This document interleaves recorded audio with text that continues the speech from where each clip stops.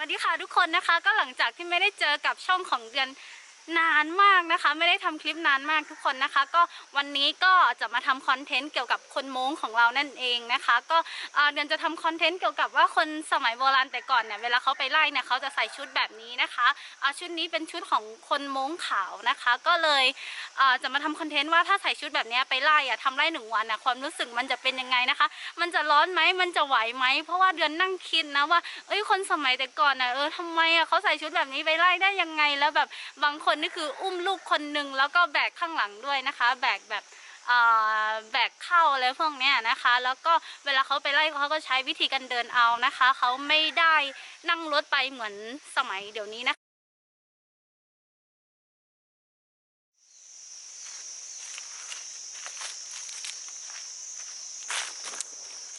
โอเคนะคะทุกคนตอนนี้เรามาถึงครึ่งทางแล้วนะคะแล้วก็เดือนอยากจะบอกว่าเดือนเป็นคนที่เดินไม่ไหวเลยนะคะก็คลิปนี้มีความพยายามมากๆยิ่งใส่ชุดแบบนี้นะคะทุกคน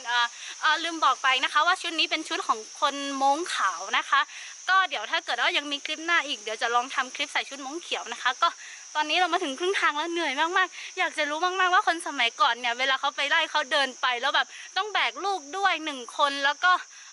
แบกลูกข้างหน้า1 คนอันนี้เดือนไม่ได้เอาอะไรมาเลยเว้ยเอาแค่ข้าวช้อนน้ำถ้วย1 ใบแค่นั้นนะคะแต่ว่าแบบว่ามันเหนื่อยมากๆค่ะทุกคนก็เดี๋ยวตามกันไปดูนะคะว่าถ้าถึงแล้วจะรู้สึกยังไงตอนนี้คือแบบเหงื่อแตกแล้วนะคะจริงๆไม่น่าแต่งหน้ามาเลยนะคะแต่ถ้าไม่แต่งหน้าก็คงไม่รอดนะคะไปค่ะ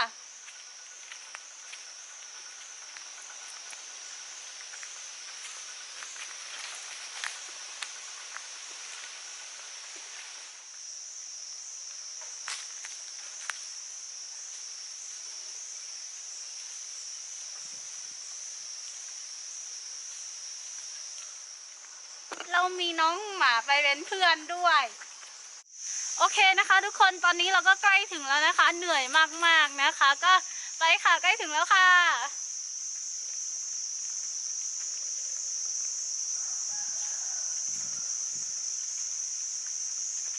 เดี๋ยวเราจะเอาข้าวกับข้าวเราไปไว้ที่กระท่อมก่อนนะคะแล้วเราค่อยมาทำไร่กันนะคะ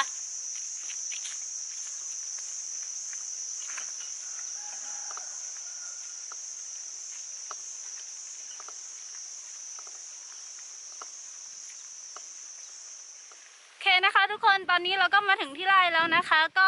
มันจะเป็นแบบนี้นะคะบรรยากาศแบบนี้อันนี้มันจะเป็นพวกซังข้าวโพดอะค่ะที่แบบว่าเราหักข้าวโพดไปแล้วนะคะเราก็ใช้วิธีการแบบว่าเดี๋ยวนี้เขาจะใช้เป็นเครื่องเนาะแล้วก็ใช้วิธีเผาเอานะคะทำไรแล้วก็ปลูกรอบใหม่นะคะแต่ว่าวันนี้เราจะมาแบบสมัยก่อนนะคะเราก็เลยใช้วิธีการนี่เพี้ยวไร่ค่ะใช่ไหมเขาเรียกว่าเพี้ยวไร่ไหมงั้นนะคะก็เดี๋ยวตามกันไปดูค่ะไปค่ะทางนี่แบบทรหดมากๆ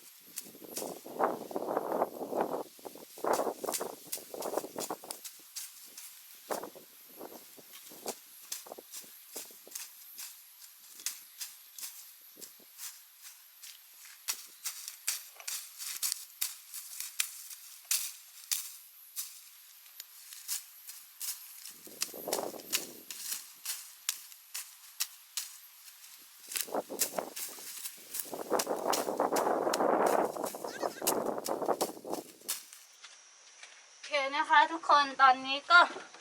เป็นเวลาเที่ยงแล้วนะคะเราก็จะมากินข้าวกันอยากจะบอกทุกคนว่าเหนื่อยมาก โหไม้นี่แบบขุดเท้าแบบพังหมดเลยแล้วก็ดูกระโปรงขาดด้วยนะคะ ทุกคนขาดเลยอ่ะเมื่อกี้โดนไม้เกี่ยวกระโปรงขาดเลย แล้วก็แบบผ้าข้างหน้าแบบเปื้อนหมดนะคะ ทุกคนสมัยก่อนเนี่ยเขาจะไม่ใช้การใส่ถุงเอานะคะเขาจะใช้วิธีห่อเอานะคะ จริงๆเดือนมองว่ามันดีมากๆเลยนะเพราะว่ามันลดภาวะโลกร้อนด้วยเนาะนี่น่ากินไหมล่ะแล้วก็เดือนอยากจะบอกว่าเซอร์ไพรส์มากด้วยเพราะว่าเดือนรู้สึกว่าคนสมัยก่อนเนี่ยเขาจะไม่มีกับข้าวกินนะคะเขา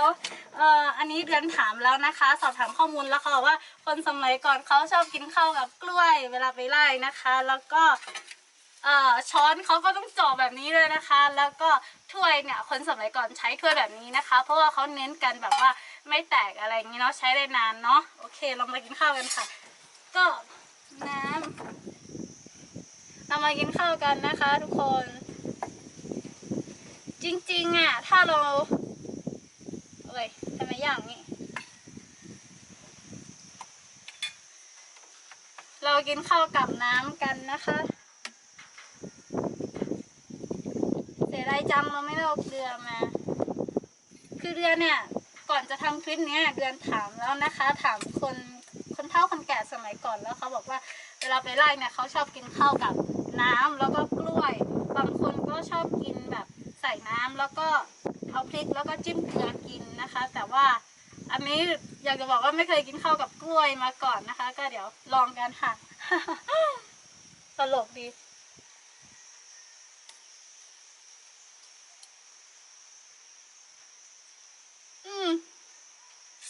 มันก็ได้นะคะทุกคนรสชาติมันก็ไม่ได้แย่มากนะคะอร่อยเดี๋ยวติดใจ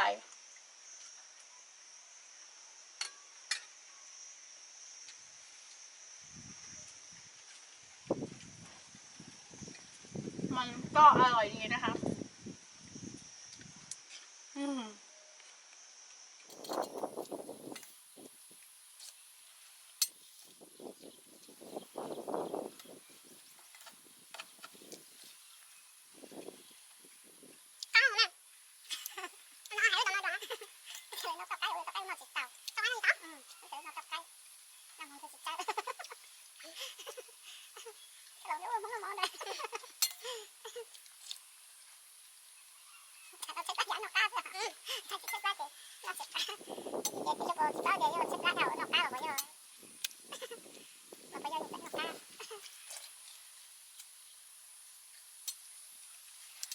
ตอนนี้เราก็กินจะหมดถ้วยแล้วนะคะ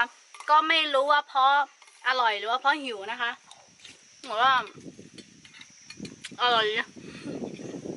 มันก็อร่อยจริงๆนะทุกคนอร่อยดีแบบมันสดชื่นดีอ่ะตอนนี้ร้อนมาก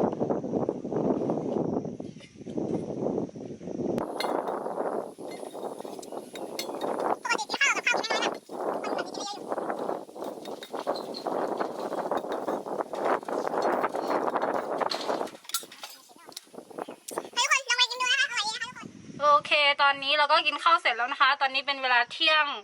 58นะคะปกติเที่ยงเขาจะมาพักเนาะแล้วก็ประมาณบ่ายโมงเขาก็จะกลับไปทำไร่ต่อนะคะแต่ค่ะเรากลับไปทำรอบ2นะคะเดี๋ยวเราจะกลับบ้านตอนเวลาบ่าย3นะคะทุกคนไปค่ะอย่าอู้งานค่ะบาย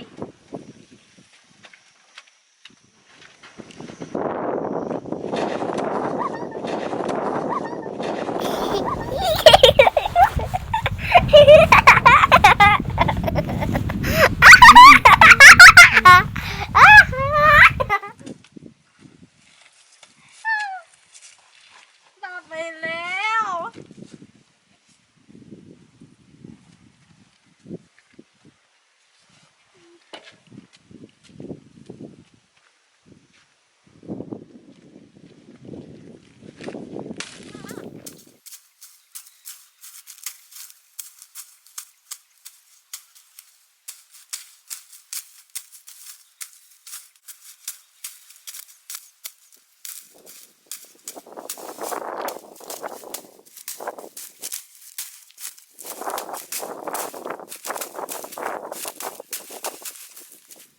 นะคะ ทุกคนสรุปเลยนะคะ ก็ตอนนี้เป็นเวลาบ่าย 3แล้วนะคะ เราจะกลับบ้านแล้วนะคะ แล้วก็มันเหนื่อยมากๆถ้าสังเกตคือแบบเหงื่อเยอะมากๆนะคะ ทุกคนแล้ว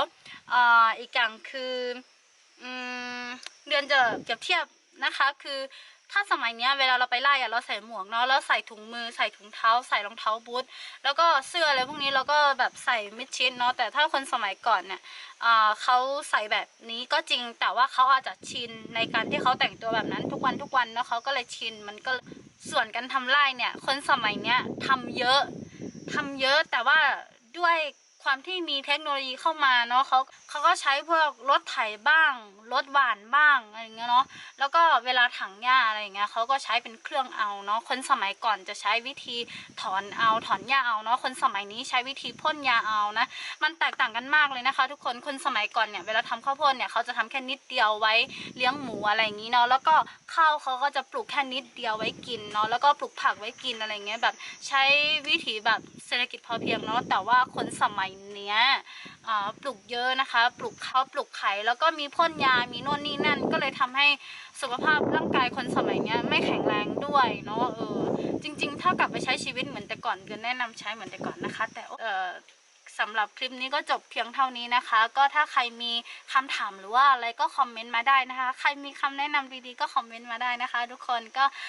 จริงๆเดือนตอนแรกเนี่ยเดือนกล่าวว่าเดือนจะทำเป็นภาษามงดีไหมแต่ว่าเดือนก็คิดไปคิดมาก็ทำเป็นภาษาไทยเลยดีกว่านะคะถึงแม้จะพูดไทยไม่ชัดก็เหอะ ก็ถ้าทำเป็นภาษาไทยเนี่ยเพื่อนๆคนไทยบางคนที่แบบว่าอยากดูอะไรเงี้ยจะได้ดูได้เนาะค่ะแล้วก็คนม้งเนี่ยส่วนมากเขาก็ฟังไทยกันรู้เรื่องหมดแล้วนะคะก็ฝากติดตามด้วยนะคะทุกคนกดไลค์กดแชร์เป็นกำลังใจให้เดือนด้วยนะคะทุกคนก็สำหรับวันนี้ก็บ๊ายบายค่ะกลับบ้านกันแล้วนะคะทุกคนบ๊ายบาย